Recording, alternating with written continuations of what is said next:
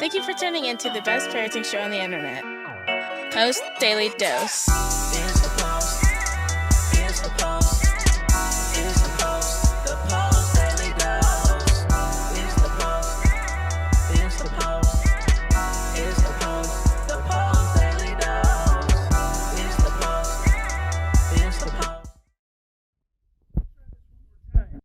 I turned off the Wi-Fi because the wind is blowing so hard here. I think that you might be able to see that. Can you see that bush? See that bush blowing?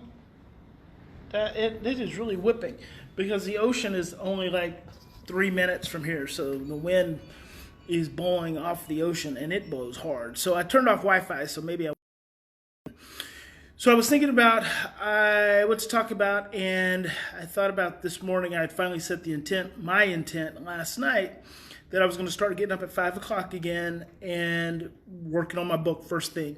That's always been when in any of my writing is when I just make the commitment to get up. And so then that made me think, okay, what are you guys doing for your own structure, for your own routines, and not just for you, but for your children? Like, what structures and routines do you have in place for your relationships with your kids? I'm going to try turning on the Wi-Fi for a minute.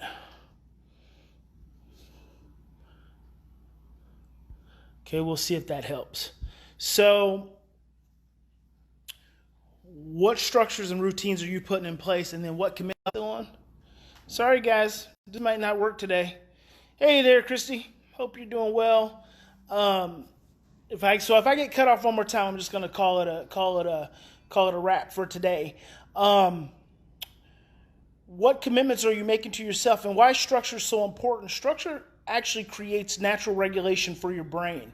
And so your children need structure and they need routine because it's consistency. Consistency and predictability are two things that the adoptive brain really needs.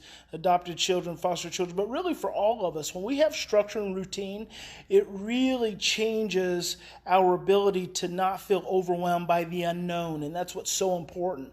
That predictability, that consistency becomes critical to your children. So when your children wake up in the morning, what are they required to do? What's the expectation? When they get home from school, what are the expectations? What are the requirements? You really need that structure and that routine because that creates predictability, which lowers stress. It also lowers stress for you as the parent. And so then you think about for yourself, what are the commitments that you can make to yourself to create more structure and more routine in your own life? What are the things that you can do? I saw something maybe earlier today about self-care. It's just like self-care. What can you do for yourself that creates a routine and a habit that is a part of your self-care routine? I know for the last couple of weeks, my back has been really messing with me. So I have really slacked off on my gym time, but I know I'm going to get started back first thing in the morning, even though I'm getting ready to leave town again here pretty quick. But it's still very important that I try to keep as much of that routine as possible. And when you get out of that routine, how can you get back to it? I know a lot of times it feels like you're being strict or you're being on their kids, so on and so forth. And we think that that's the problem, the reason kids have the struggles that they have. But really, I don't think that's true. In fact, I know it's not true. I believe what we're experiencing in our society is a swinging of the pendulum. Most of us were raised in such a tough environment that as adults, we've kind of swung to the, I'm going to quit, but I'm going to keep going. We've gone towards the far opposite end of that pendulum, and then that's just two extremes. And then I think because I experience this with a lot of parents that I work with or hear me in a lecture, they go from this one paradigm to experiencing this other paradigm, and the kind of the bridge between the two leaves them feeling kind of helpless and not sure what to do.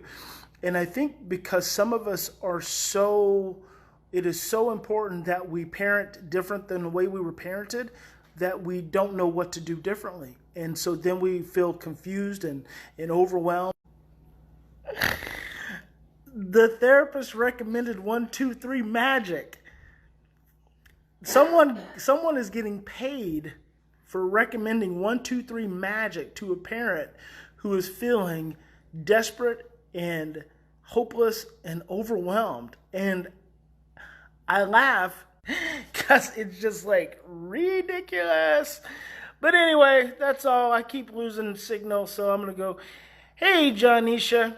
I haven't seen that name on there before. So I hope you guys have a fantastic evening. Remember, in any given situation, we always have 2 choices. We can continue to react from our same blueprints and imprints of stress, fear, and overwhelm, or we can stop, we can slow down, we can take 3 to 10 deep breaths. You have the answers inside of you. Every answer, every insight, every solution that you need to any problem that you're encountering is already right there in your heart. You just got to calm yourself down, get connected enough, and listen, and it's going to show up. And sometimes it'll look and feel and sound completely different than anything that you ever used to. That's love. That's love. So remember, in any given situation, we can react from stress and fear, or we can slow down, take 3 to 10 deep breaths, and we can choose love. Big Papa loves you. God bless each and every one of you. Hope you have a fantastic evening. Hopefully the wind will be a little calmer.